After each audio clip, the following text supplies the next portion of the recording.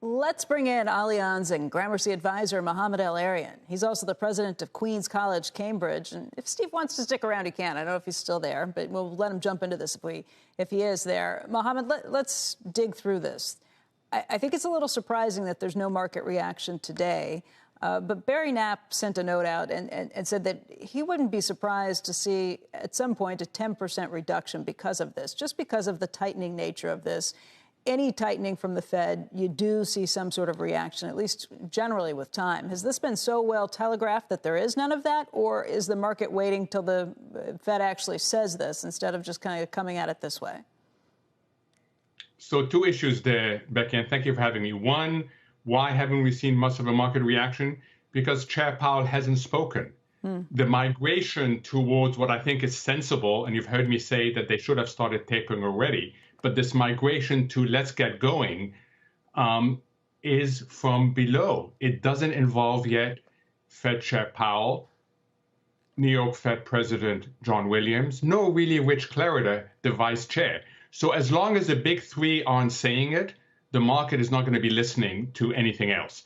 As to what the market does, I don't think you get a major collapse. I think this is being socialized. You will get some pullback, and you should, because we are at bubblish level in certain places because of this massive liquidity. But I don't think this is a collapse situation. This is a let's get more sober situation. The point was made earlier, too, Mohamed, and I think Steve was the one who made this point, that, look, this is still an awful lot of accommodation, and it's still going to be taking place for a very long time, because even if they do start to gently taper, maybe come October or November, 10 months from now, they'll still be basically buying some of these assets in an economy that's been improving greatly. And I think if you look at the unemployment dropping to 5.4%, and you look at the inflation that we've seen lately, maybe there are some who think, probably you too, that they should be doing much more than this and doing it faster, even than they are telegraphing at this point. Yeah, that's what I think. I've been there. I've kept on saying inflation is not transitory unless you define transitory as 2 to 3 years, which then makes it a meaningless concept. Yeah, they should have started. They should have started. They had a window. They still have a window. They should get moving. So I am all there in terms of what they should be doing.